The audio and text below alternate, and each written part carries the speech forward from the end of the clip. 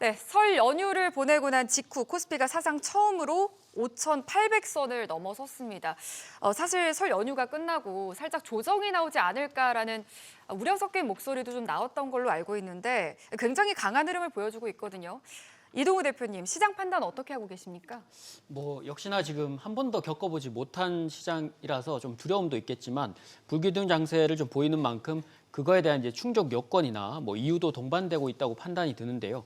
새로운 AI 시대의 확장성, 그리고 풍부한 유동성, 그리고 정부의 역대급으로 강한 증시 부양 의지에 대한 의지를 표명을 하면서 확실히 웬만해선 증시의 상승이 꺾이지 않는 그런 모습을 좀 보여주고 있습니다.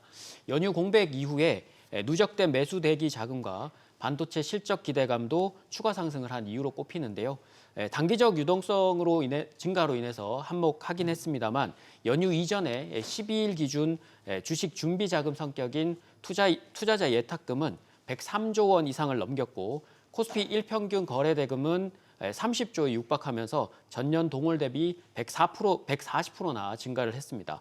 또한 신용잔고는 역대 최대 규모이긴 하지만 예탁금 대비 비율은 30% 이하로 낮아서 과도한 위험 신호로 보이지 않으며 국내 대표 산업인 이제 반도체의 실적 레벨업에 따라서 증시 체급 상향으로 봐도 무방할 듯합니다.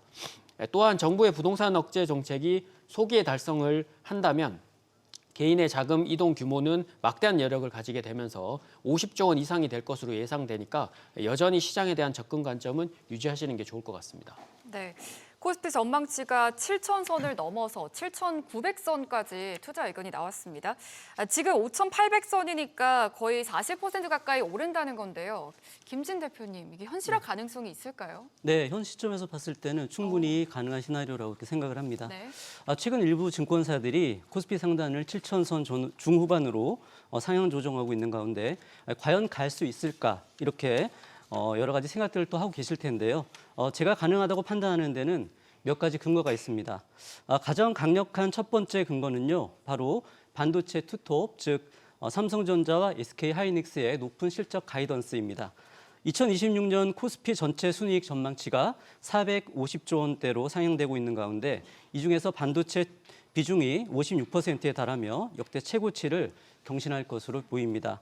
여기에 과거 이익 증가 구간에서의 평균 퍼인 PER입니다. 12배만 적용하더라도 지수 상단은 이론적으로 7,800에서 7,900선까지 도달이 충분히 가능해집니다. 두 번째 근거는요, 100조 원을 넘어선 사상 최고치의 고객 예탁금을 비롯한 국내의 유동성 공급이 되겠습니다.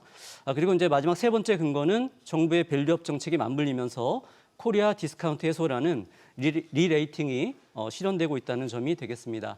따라서 개인적으로는 이 코스피가 꼭 7,900포인트까지는 아니더라도 6,500에서 7,000포인트 선까지는 가능성을 열어두고 투자 전략을 세워야 한다는 판단을 드리겠습니다. 네, 현재 지금 코스피 지수 예상 밴드가 하나증권에서 7,900포인트까지 바라봤는데 김진 대표님께서는 6,500에서 7,000포인트까지는 가능성이 있다라는. 네, 거기까지 보고 이제 네. 그때 가서 또 보면 되겠죠. 알겠습니다. 그런데 사실 코스피뿐만이 아니라 코스닥의 상승도 굉장히 무섭습니다. 연휴가 끝나자마자 19일 목요일에 코스닥 지수가 5% 넘게 급등하면서 장중 한때 매수 사이드카가 발동되기도 했는데요. 올해 들어서만 벌써 두 번째입니다. 김영구 대표님, 코스닥 랠리가 이제 본격화된다 이렇게 봐도 될까요? 예, 신호탄이라고 보여집니다. 일단 코스닥 시장 전망은 좋아 보입니다.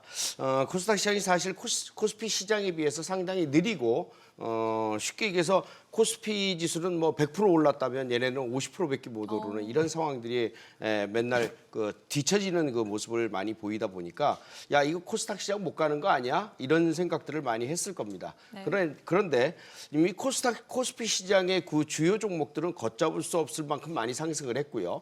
또 그렇다고 안 가는 건 아니죠. 거기서 더 달린다라는 그런 개념을 가지고 있는데 그러다 보니 코스닥 시장에 속해 있는 분들에 대한 상대적 박탈감 이런 것들이 많이 쌓여 있었죠.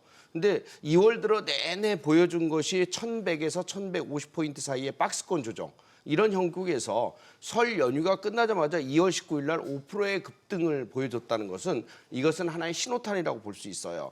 그래서 지난 1월 22일부터 초급등하면서 1,180대까지 올라왔던 그 삽시간에 급등했었던 그런 양상을 볼 때 1차 상승 조정 또 2차 상승 조정 이런 식으로 갈 가능성은 굉장히 높아 보입니다. 따라서 1월 들어 전고점을 돌파하고 사상 최고치를 쓴 마당에 못 갈 이유는 없다라고 보여집니다.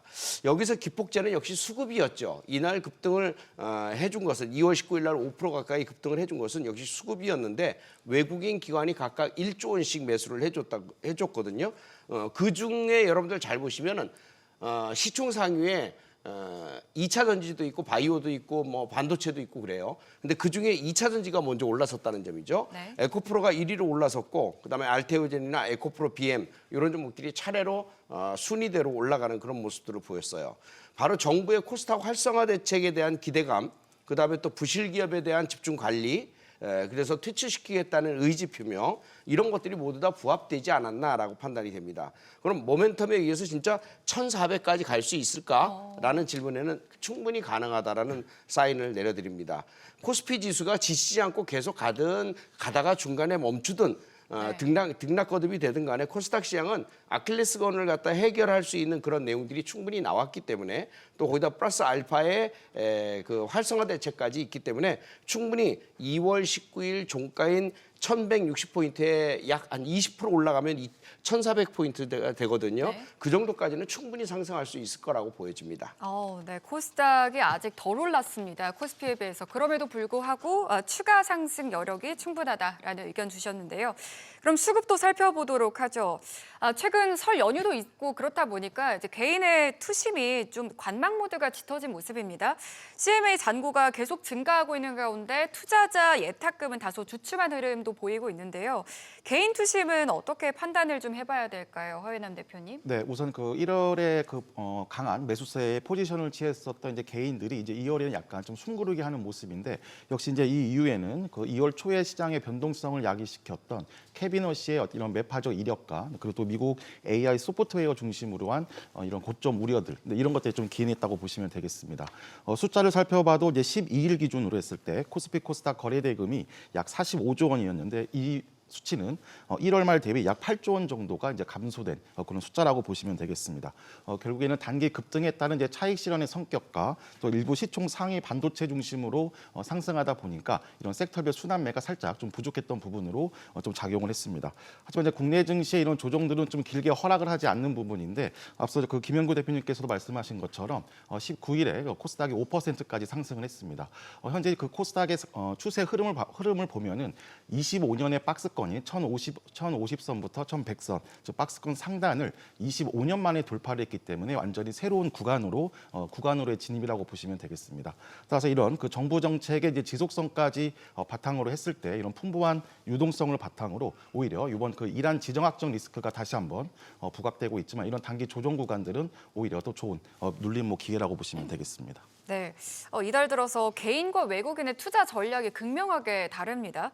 개인이 대거 사들인 종목은 약세를 보이고 있는 반면에 외국인이 사들인 종목은 수익률이 굉장히 높거든요. 이동우 대표님, 이거 어떻게 봐야 될까요?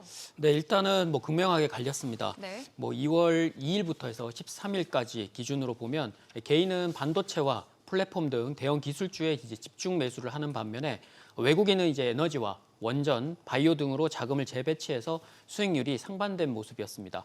개인과 외국인은 순매수 상위 5개 종목은 한 종목도 겹치지 않았고요. 수익률도 개인은 순매수 상위 종목의 평균 수익률이 마이너스 6.76%, 외국인은 18.73%로 순매도 종목에서도 외국인이 가장 많이 산 두산에너빌리티를 개인은 가장 많이 팔았고 외국인은 가장 많이 산 SK 하이닉스, 외국인은 개인이 가장 많이 담은 SK 하이닉스를 가장 많이 매도하기도 했었습니다.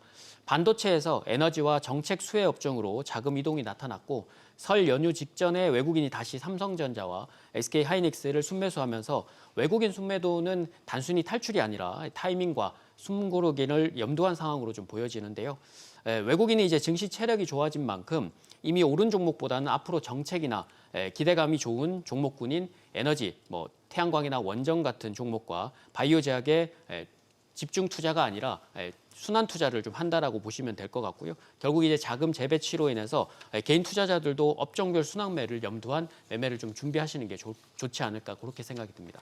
네, 앞서 말씀해 주셨던 대로 외국인들이 연휴 직전에 삼성전자 그리고 SK하이닉스와 같은 이런 반도체 대형주들을 매수하는 흐름이 보였었습니다.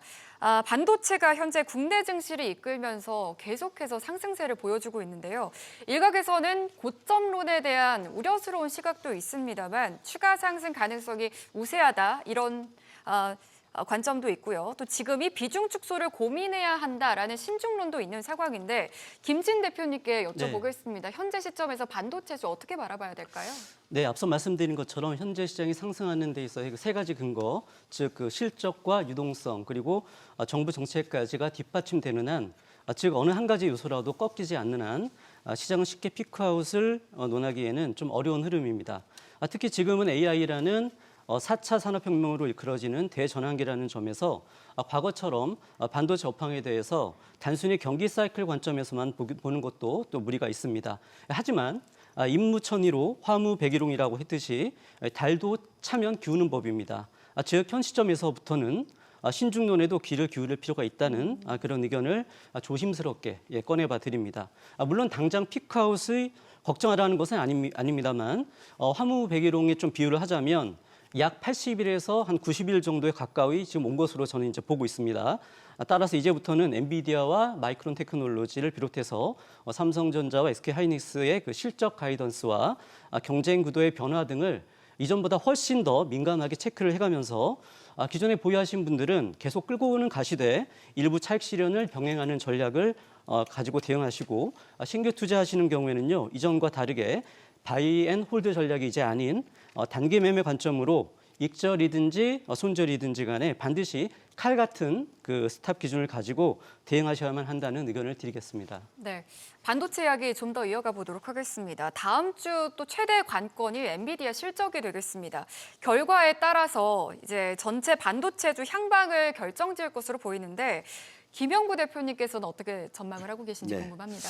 사실 엔비디아 실적이 전체 반도체 향방을 결정할 거다. 이거는 조금 안 맞는 얘기 같고요. 네. 뭐 흐름은 비슷해요. 예. 그러나 엔비디아 실적이 조금 줄어든다, 조금 늘어난다. 뭐 이런 것에 따라서 우리나라 반도체 주가들이 그렇게 크게 휘둘릴 것 같지는 않습니다.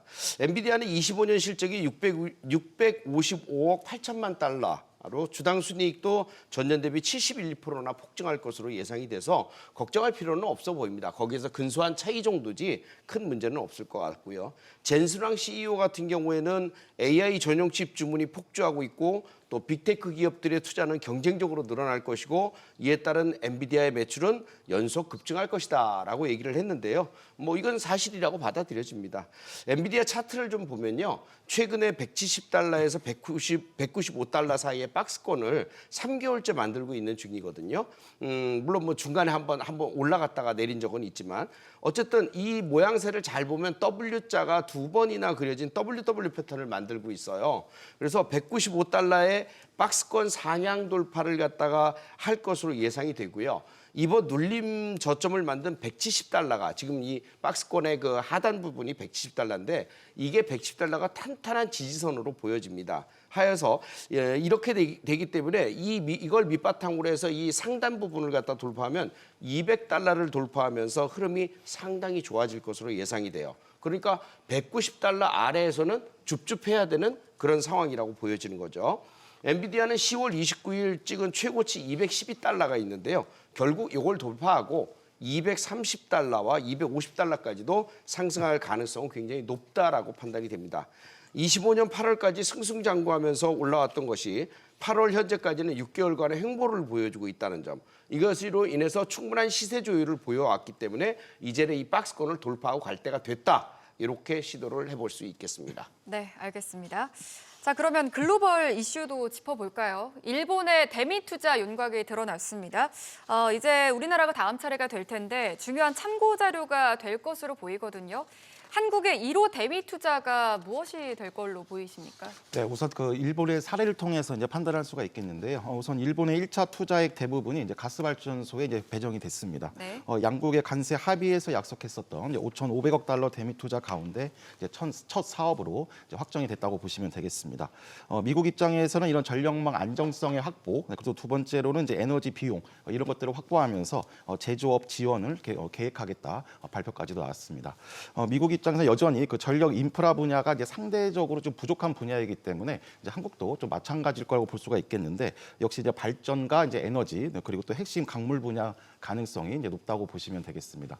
여기 추가적으로 이제 한국은 원전 건설 경험, 그러니까 경쟁력을 갖고 있고 또 신재생에너지 분야에서도 이런 높은 진입 장벽과 관계된 기술력을 확보하고 있기 때문에 에너지 관련 분야의 그 가능성을 높다고 보시면 되겠습니다. 네, 앞서 제가 오프닝에서도 잠깐 언급을 드렸습니다만 최근에 이제 조방원의 흐름이 좋습니다. 트럼프 행정부가 자국 조선업을 되살리기 위한 미국 해양 행동 계획을 공개를 했습니다. 이게 조선주의 앞으로의 강한 상승 모멘텀이 될지 또 궁금해지는 시점인데 이동우 대표님께서는 어떻게 보세요? 뭐 현재 시장의 이벤트가 이제 중동 지정학적 리스크가 좀 해소가 된다면 다른 이벤트가 지금 존재를 하지 않기 때문에 뭐 조선업에 대한 부분이나 미국 대미 투자가 결정이 난다면 충분히 기대감을 가질 수 있다고 보여집니다. 지난 13일에 이제 백악관이 미국 해양 행동 계획을 내놓았고 도널드 트럼프 행정부가 발표한 마스카를 구체화한 것으로 조선업에서 이제 한국 등 동맹 파트너와 협력을 강화하고 비우호적인 공급망 의존도를 축소하겠다는 내용이 좀 담겼었는데요.